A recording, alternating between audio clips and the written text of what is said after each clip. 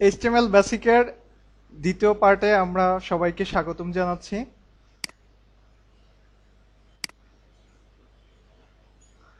আচ্ছা, এখন আমরা দেখব যে ট্যাগ সমূহ এবং এর ব্যবহার, এলিমেন্ট কি, কিভাবে ব্যবহার করা হয়, অ্যাট্রিবিউট কি এবং কিভাবে ব্যবহার করা হয়।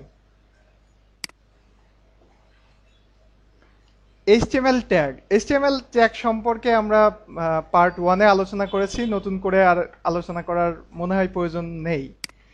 তো আমরা পরবর্তীতে দেখি কি আছে।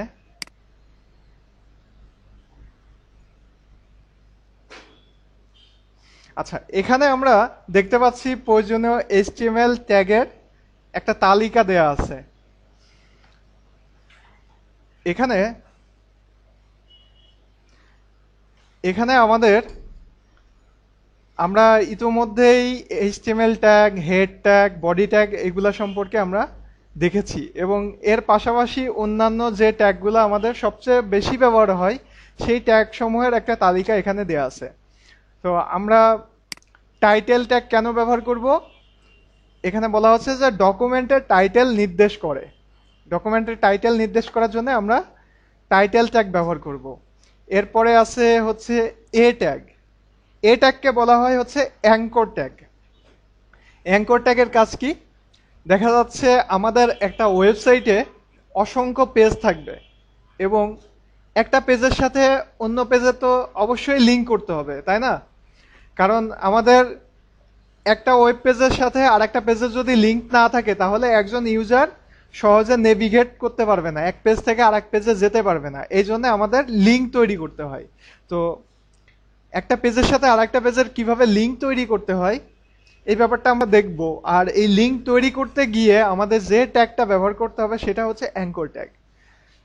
এরপরে আছে হচ্ছে অ্যাব্রিভিয়েশন ট্যাগ, যেটাকে বলা হচ্ছে ABBR। তো এটা খুব বেশি ব্যবহার করা হয় না, সাধারণত কোনো কিছুর অ্যাব্রিভিয়েশন প্রকাশ করতে গেলে এইটা একটা ব্যবহার করা হয়। এরপরে আছে বি ট্যাগ বা বোল্ড ট্যাগ, অর্থাৎ আমরা কোনো টেক্সটকে যদি বোল্ড করতে চাই তাহলে আমরা বি ট্যাগ ব্যবহার করব। কোনো লেখাকে ইটালিক করতে হলে আমাদেরকে আই ট্যাগ ব্যবহার করতে হবে। এরপরে আছে বিগ ট্যাগ, অর্থাৎ আমাদের একটা ওয়েব পেজের মধ্যে কিছু টেক্সট আছে, এই টেক্সটগুলোতে একটা নির্দিষ্ট ফন্ট সাইজ থাকবে, থাকবে না? থাকবে। ওই সেম ফন্ট সাইজে আমরা যদি কোনো একটা টেক্সটকে স্বাভাবিকের থেকে একটু বড় দেখতে চাই সেক্ষেত্রে আমরা বিগ ট্যাগ ব্যবহার করতে পারি, অথবা বিগ ট্যাগের অল্টারনেটিভ হিসাবে আমরা বোল্ড ট্যাগও ব্যবহার করতে পারি। হ্যাঁ, তো আমাদের বিভিন্ন পারপাজে আমাদের এই ট্যাগগুলো আমাদের কাজে লাগবে। একইভাবে আমরা স্মল ট্যাগ ব্যবহার করতে পারি। তারপরে ব্লক ওয়াইড ট্যাগ আছে। তো এখানে ব্লক ওয়াইড ট্যাগ আমরা কেন ব্যবহার করব? দেখা যাচ্ছে আমাদের একটা প্যারাগ্রাফের মধ্যে, প্যারাগ্রাফটা হয়তো কোনো একটা সাহিত্যিক একটা আর্টিকেল, হ্যাঁ, তো তার মধ্যে বা যে কোনো আর্টিকেলের মধ্যে একজন কবির কবিতার দুইটা লাইন আছে। এখন ওই দুইটা লাইনকে আমরা বিশেষভাবে একটু প্রকাশ করতে যাচ্ছি, এই কাজটা করার জন্য আমাদেরকে ব্লক ওয়াইড ট্যাগটা ব্যবহার করতে হবে।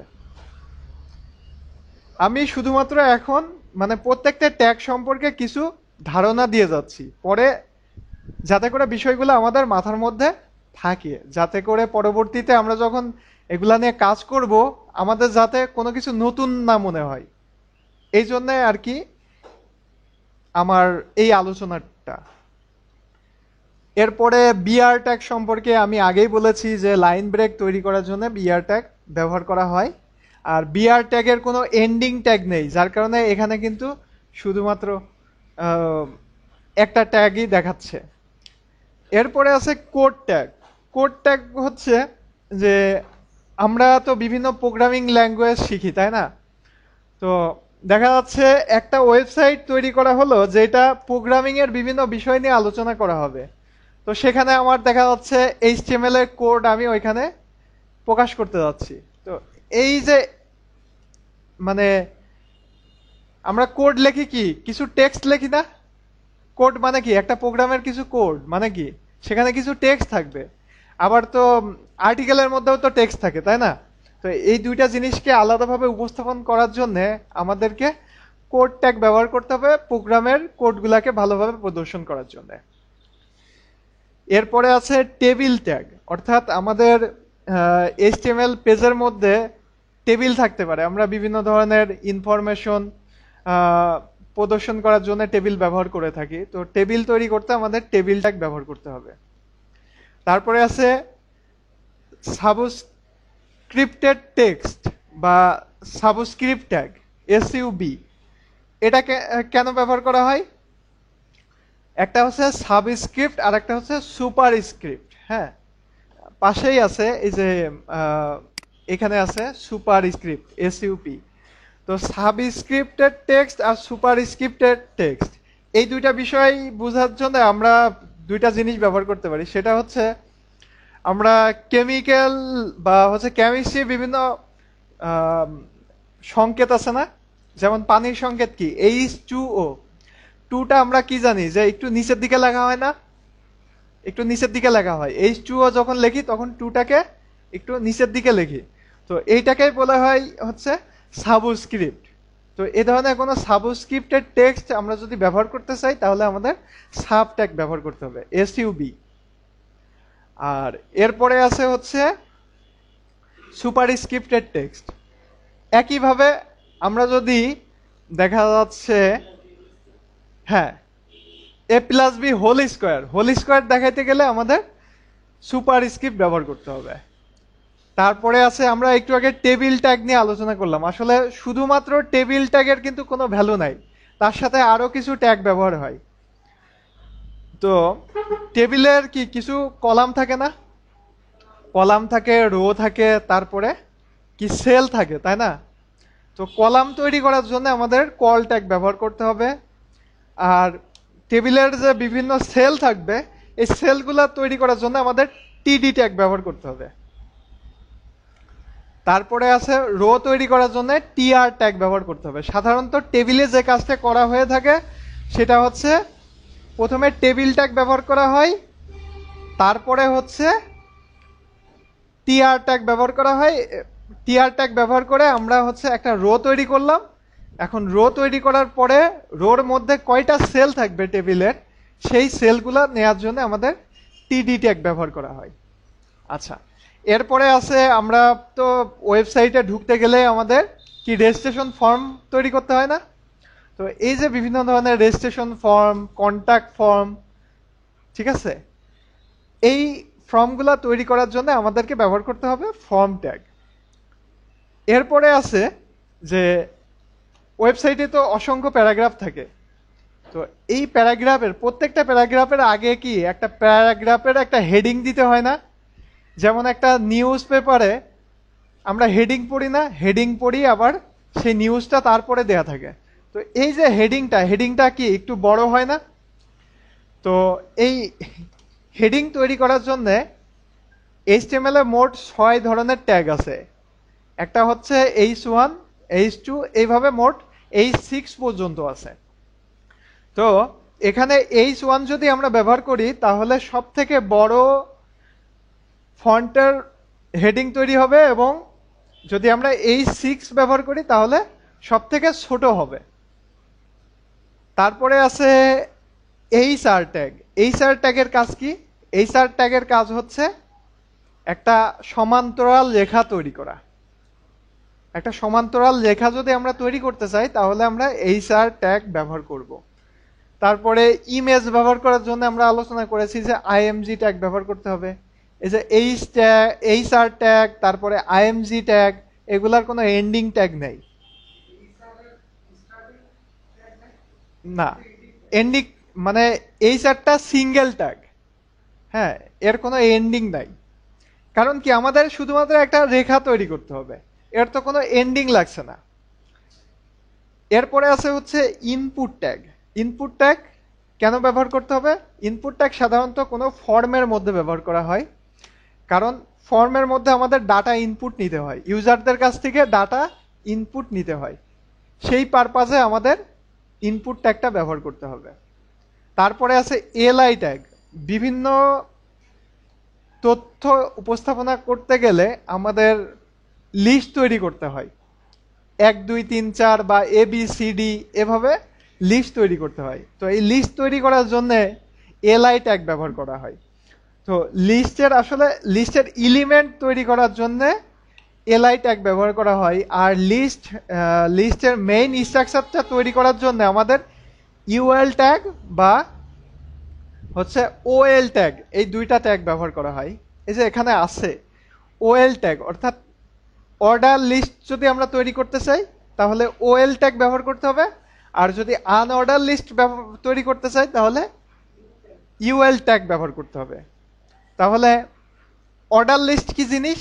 অর্ডার লিস্ট হচ্ছে দেখা যাচ্ছে 1 2 3 এভাবে যদি আমরা কোনো লিস্ট বা ABCD দিয়ে যদি কোনো লিস্ট তৈরি করতে চাই, মানে কোনো সিকোয়েন্সিয়াল কোনো লিস্ট তৈরি করতে গেলে আমাদের অর্ডার লিস্ট অর্থাৎ ওএল ট্যাগ ব্যবহার করতে হবে। আর যদি আমরা আনঅর্ডার লিস্ট অর্থাৎ একটা লিস্টের মধ্যে দেখা যাচ্ছে স্টার সিম্বল থাকবে বা ডট সিম্বল থাকবে বা একটা সার্কেল থাকবে বা একটা স্কোয়ার থাকবে, এই ধরনের কোনো লিস্ট তৈরি করতে চাইলে আমাদের ইউএল ট্যাগ ব্যবহার করতে হবে।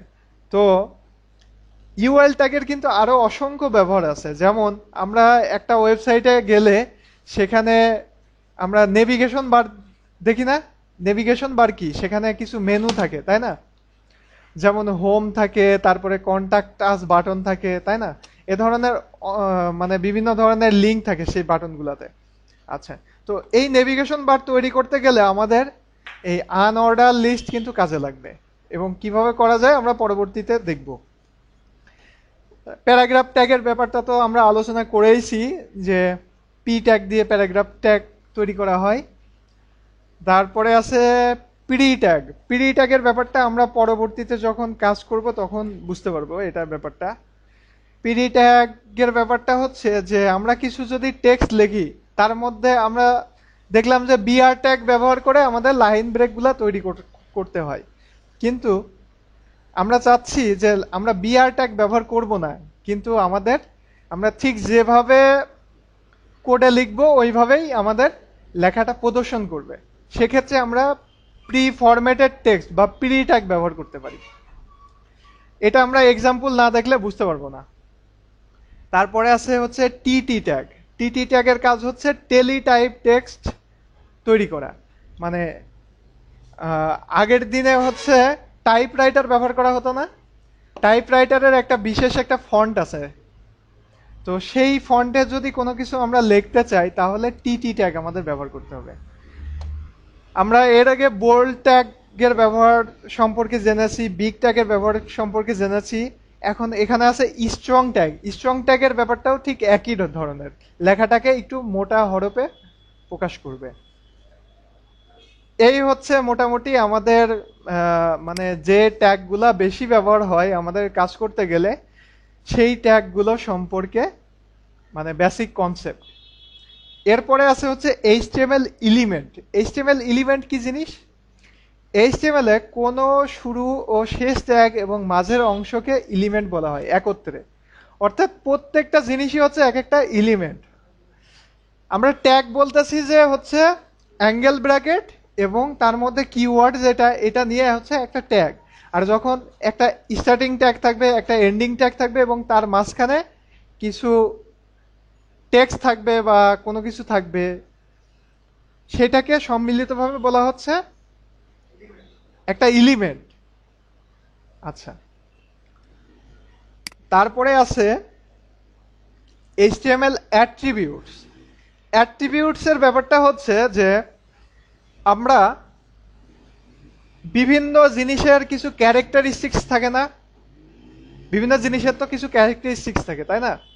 তো যেমন একজন মানুষ হচ্ছে তার গায়ের রং ফর্সা, তারপরে তার হাইট হচ্ছে 6 ফিট, তারপরে তার ওজন হচ্ছে 60 কেজি। এ ধরনের এগুলা কি একজন মানুষের কিছু ক্যারেক্টারিস্টিক্স বা তার কিছু প্রপার্টিজ, তাই না? তো আমাদের এইচটিএমএল এলিমেন্টের এ ধরনের কিছু প্রপার্টিজ থাকতে পারে বা কিছু ক্যারেক্টারিস্টিক্স থাকতে পারে। সেই ক্যারেক্টারিস্টিক্সগুলো আমরা নির্ধারণ করে দেওয়ার জন্য এইচটিএমএল অ্যাট্রিবিউট ব্যবহার করব। তো অ্যাট্রিবিউটের ব্যবহার অবশ্য বর্তমান সময়ে অনেক কমে গেছে, কারণ সিএসএস এর আসার পরে অ্যাট্রিবিউটের ব্যবহার অনেক কমে গেছে।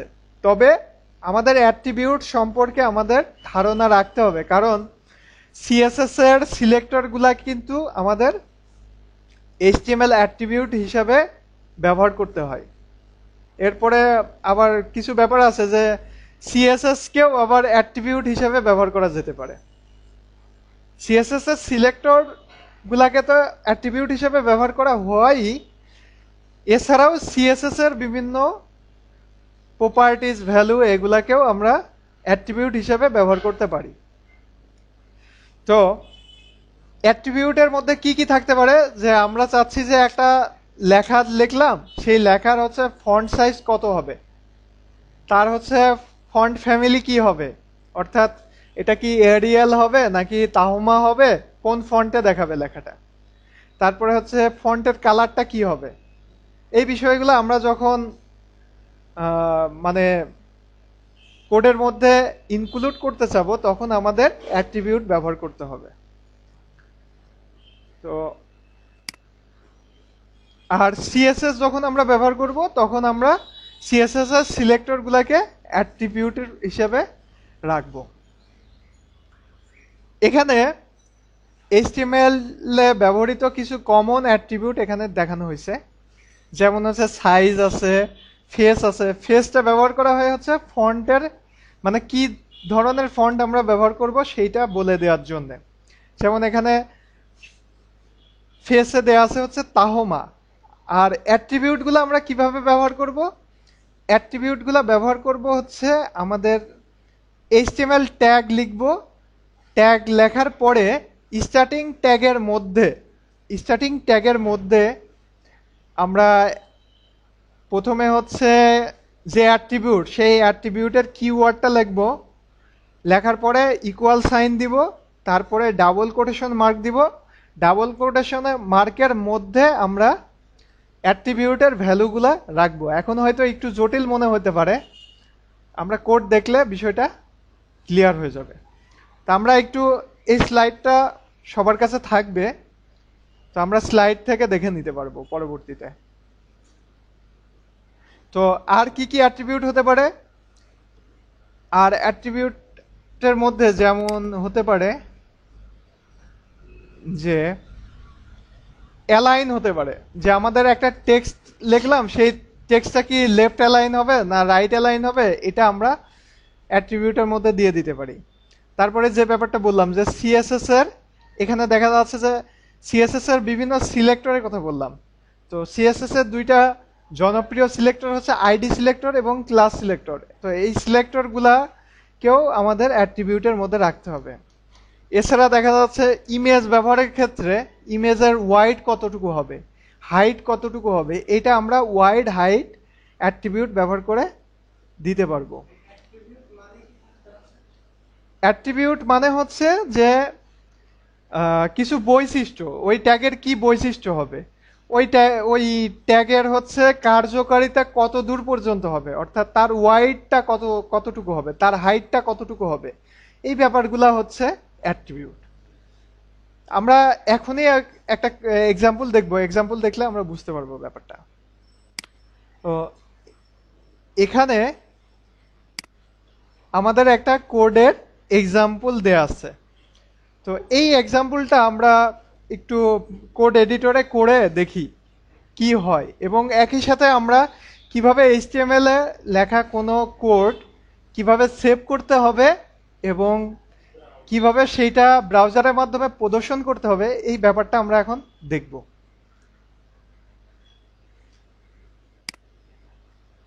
তো আমরা প্রথমেই আমরা কোনো অ্যাডভান্স কোড এডিটর ব্যবহার করব না, না করে আমরা আমাদের ডিফল্ট যে কোড এডিটর আছে অর্থাৎ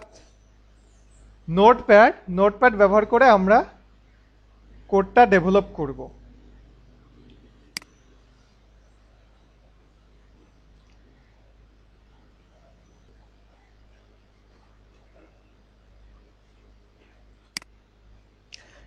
তাহলে আমরা আমাদের নোটপ্যাডকে ব্যবহার করব কোড এডিটর হিসেবে।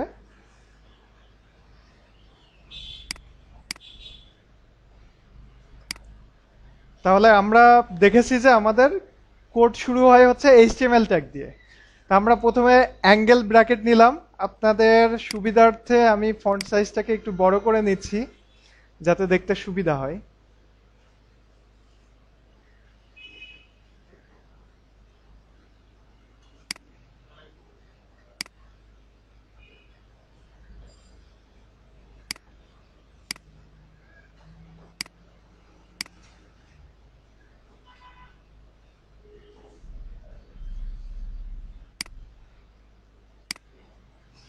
আচ্ছা, এইচটিএমএল আমরা যখনই কোড লিখব, যে ট্যাগগুলোর স্টার্টিং ট্যাগ এবং এন্ডিং ট্যাগ দুইটাই আছে, সেই ট্যাগগুলো আমরা প্রথমেই স্টার্টিং ট্যাগ দেওয়ার পরপরই আমরা এন্ডিং ট্যাগ লিখে নিব, তাতে করে আমাদের ভুল হওয়ার সম্ভাবনা কম থাকবে।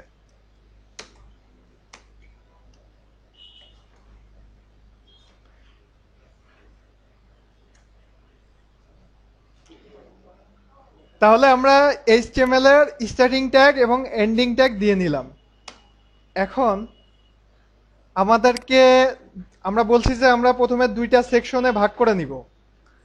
আমাদের সেকশন দুইটা কি কি? একটা হচ্ছে হেড সেকশন, অপরটা হচ্ছে বডি সেকশন। তাহলে হেড ট্যাগ লিখতে হবে,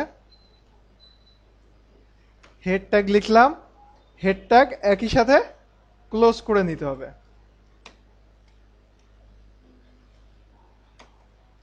আচ্ছা, আমাদের কোডটাকে একটু সুন্দরভাবে রিপ্রেজেন্ট করার জন্য আমরা ট্যাব ব্যবহার করব। তাতে করে আমাদের কোন ট্যাগটা কোথা থেকে শুরু হয়েছে এবং কোথায় শেষ হবে এটা আমরা বুঝতে পারবো সহজে, এবং কোন ট্যাগের মধ্যে কোন ট্যাগ আছে এটাও আমরা ভালোভাবে বুঝতে পারবো। তাহলে এখানে আমরা বডি ট্যাগ লিখব।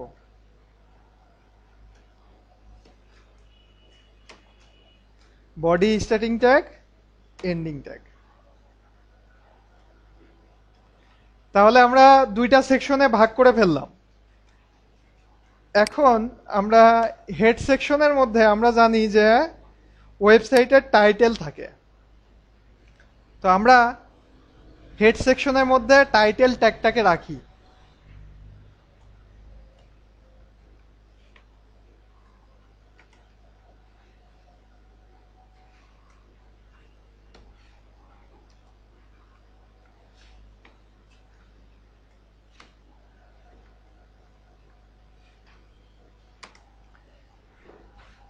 এখন আমরা বডির মধ্যে একটা প্যারাগ্রাফ নেব।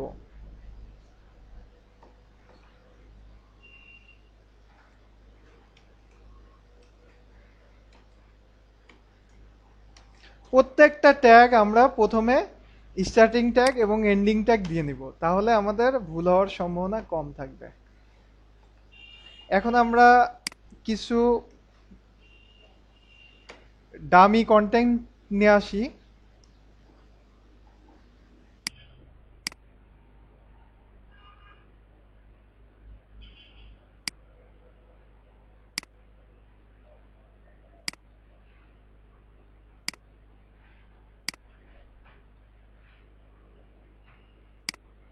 তাহলে এখান থেকে আমরা কিছু ডামি কন্টেন্ট কপি করে নিচ্ছি।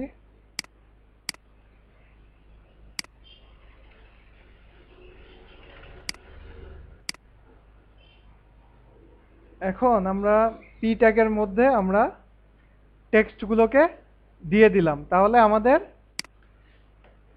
একটা প্যারাগ্রাফ তৈরি হবে। এখন আমরা জানি যে প্যারাগ্রাফের একটা হেডিং থাকে, প্রত্যেকটা প্যারাগ্রাফেরই একটা হেডিং থাকে। তাহলে এখানে আমরা H1 দিয়ে একটা হেডিং নেই। এই লাইনটাই আমি কপি করে নিচ্ছি।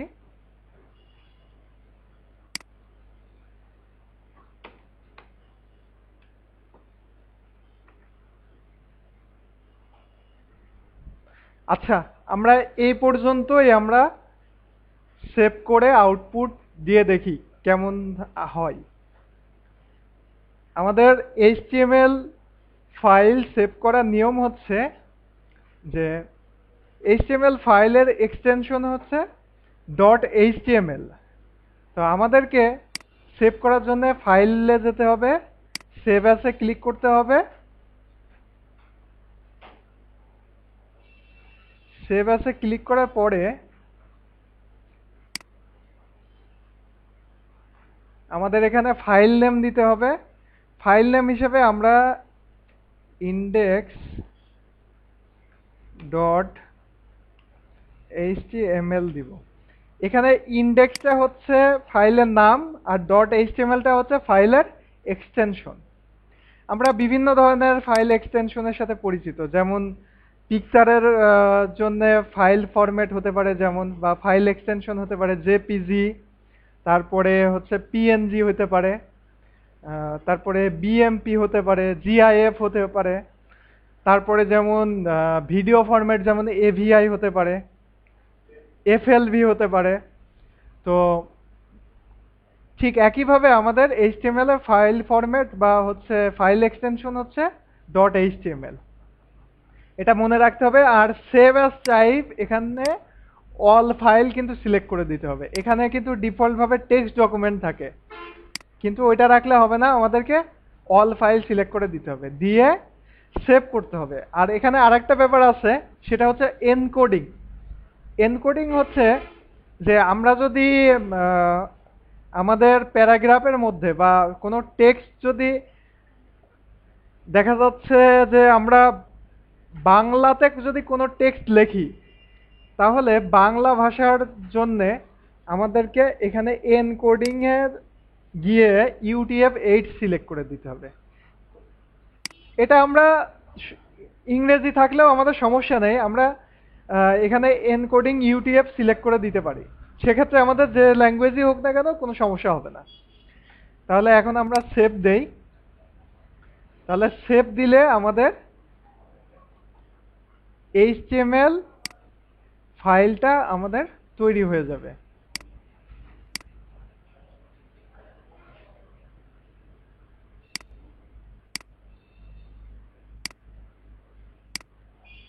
তো আমরা ডেস্কটপে আমাদের ফাইলটা তৈরি করেছি। এখন যদি এটাকে আমরা ব্রাউজার দিয়ে ওপেন করি, সেক্ষেত্রে আমরা আমাদের কোডটুকু দেখতে পারবো, কোডের আউটপুটটা আমরা দেখতে পারবো।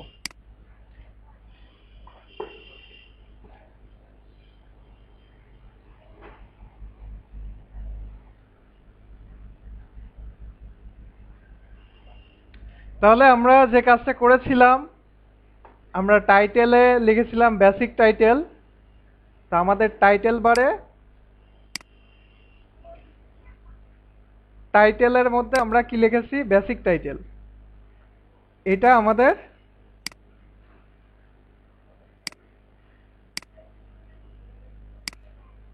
আমাদের টাইটেল বারে কিন্তু বেসিক টাইটেল লেখাটা দেখাচ্ছে। এরপরে আমরা বডিতে কি করেছিলাম, আমরা একটা হেডিং নিয়েছিলাম H1 দিয়ে, আর হচ্ছে আমরা একটা প্যারাগ্রাফ নিয়েছিলাম। তো আমাদের প্যারাগ্রাফটা এখানে দেখাচ্ছে। এখন আমাদের স্ক্রিন সাইজ যত বড়, আমাদের প্যারাগ্রাফটার ওয়াইড কিন্তু তত বড় হচ্ছে, তাই না? এখন আমরা চাচ্ছি যে কোনো একটা লাইন কোথায় শেষ হবে এটা আমরা নির্ধারণ করে দিতে যাচ্ছি। এটা করার জন্য আমরা কি ব্যবহার করব, বিআর ট্যাগ ব্যবহার করব। তাহলে আমরা চাচ্ছি যে এখানে একটা লাইন ব্রেক তৈরি হোক। তাহলে এখানে আমরা বিআর লিখব, লিখে আর আরেকটা ব্যাপার হচ্ছে যে ট্যাগগুলো যার কোনো এন্ডিং ট্যাগ থাকবে না, তাদের ক্ষেত্রে আমাদের একটা স্পেশাল একটা নিয়ম অনুসরণ করতে হবে। সেই নিয়মটা হচ্ছে যে আমরা প্রথমে কিওয়ার্ডটা লিখব, কিওয়ার্ড লেখার পরে একটা স্পেস দিব, দেওয়ার পরে আমরা স্ল্যাশ সিম্বল দিব, তারপরে আমরা ট্যাগের অ্যাঙ্গেল ব্র্যাকেট শেষ করব। তো আমরা বেশ কয়েক জায়গায় বিআর ব্যবহার করে দেখি কি হয়। স্পেস না দিলে কাজ করবে কিন্তু সেটা নিয়ম বহির্ভূত হবে। স্পেস না দিলেও কাজ করবে কিন্তু সেটা আসলে নিয়ম বহির্ভূত হবে, যার কারণে আমরা যেটা নিয়ম সেই নিয়মটা মানাটাই আমাদের জন্য ভালো।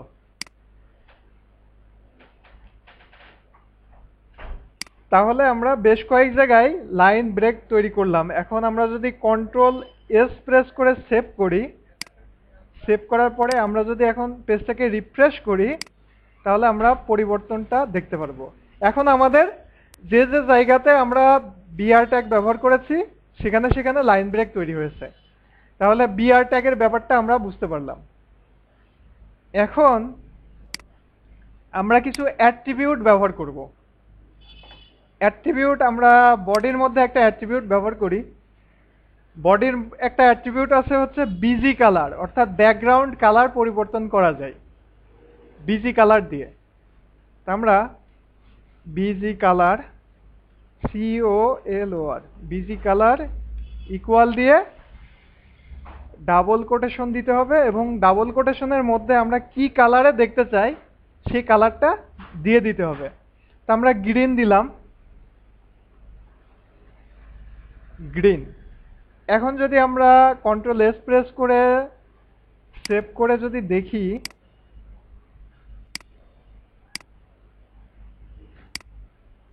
তাহলে আমাদের ব্যাকগ্রাউন্ড কিন্তু গ্রিন হয়ে গেছে। হ্যাঁ, এখন আমরা চাচ্ছি যে আমাদের লেখাটা, এই লেখাটার কালার হবে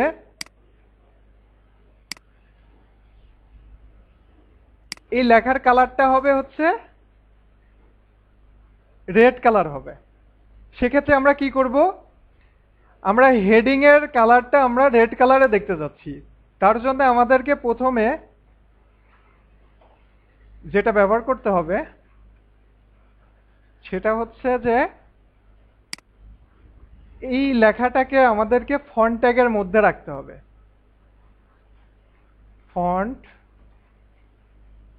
ফন্ট ট্যাগ অবশ্যই শেষ করতে হবে।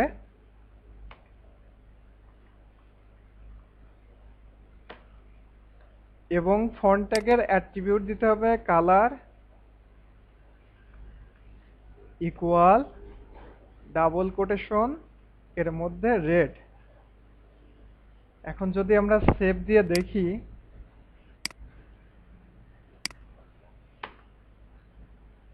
তাহলে আমরা দেখতেছি যে আমাদের হেডিংটা রেড কালারে চলে আসছে, তাই না? এখন আমরা চাচ্ছি যে হেডিং এর সাইজটা একটু বড় হবে, হেডিং এর ফন্ট সাইজটা একটু বড় হবে। তাহলে এখানে আমরা সাইজ অ্যাট্রিবিউট ব্যবহার করতে পারি। সাইজ ইকুয়াল ডাবল কোটেশন, এখানে যদি আমরা 5 ব্যবহার করি তাহলে দেখি কত হয়, কেমন হয়।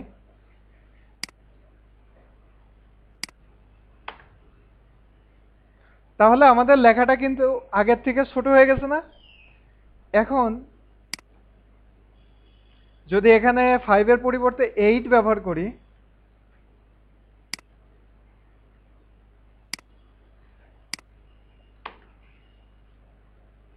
তাহলে এখন তুলনামূলক বড় হয়ে গেছে। তাহলে এইভাবে আমরা সাইজের অ্যাট্রিবিউট চেঞ্জ করার মাধ্যমে আমরা ফন্টের সাইজ কিন্তু বড় ছোট করতে পারি। একইভাবে আমরা যদি প্যারাগ্রাফের ফন্ট সাইজ চেঞ্জ করতে চাই, তাহলে আমরা ফন্ট ট্যাগ ব্যবহার করতে পারি। কপি করে নিয়ে আসলাম,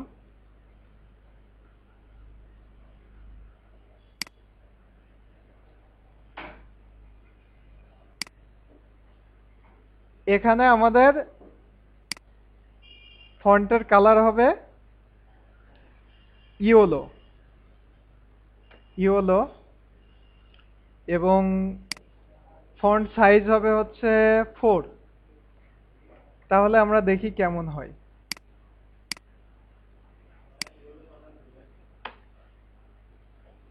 ইয়েলো বানান ভুল হয়েছে না?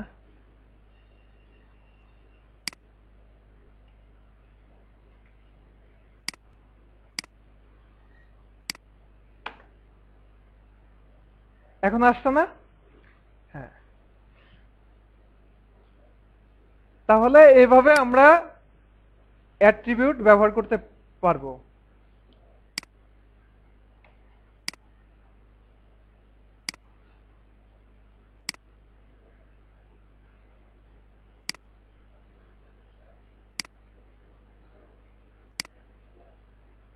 তাহলে আমাদের সেকেন্ড লেকচার মোটামুটি এখানেই শেষ হচ্ছে। আমরা থার্ড লেকচারে আরো এইচটিএমএল এর আরো কিছু বিষয় সম্পর্কে জানবো।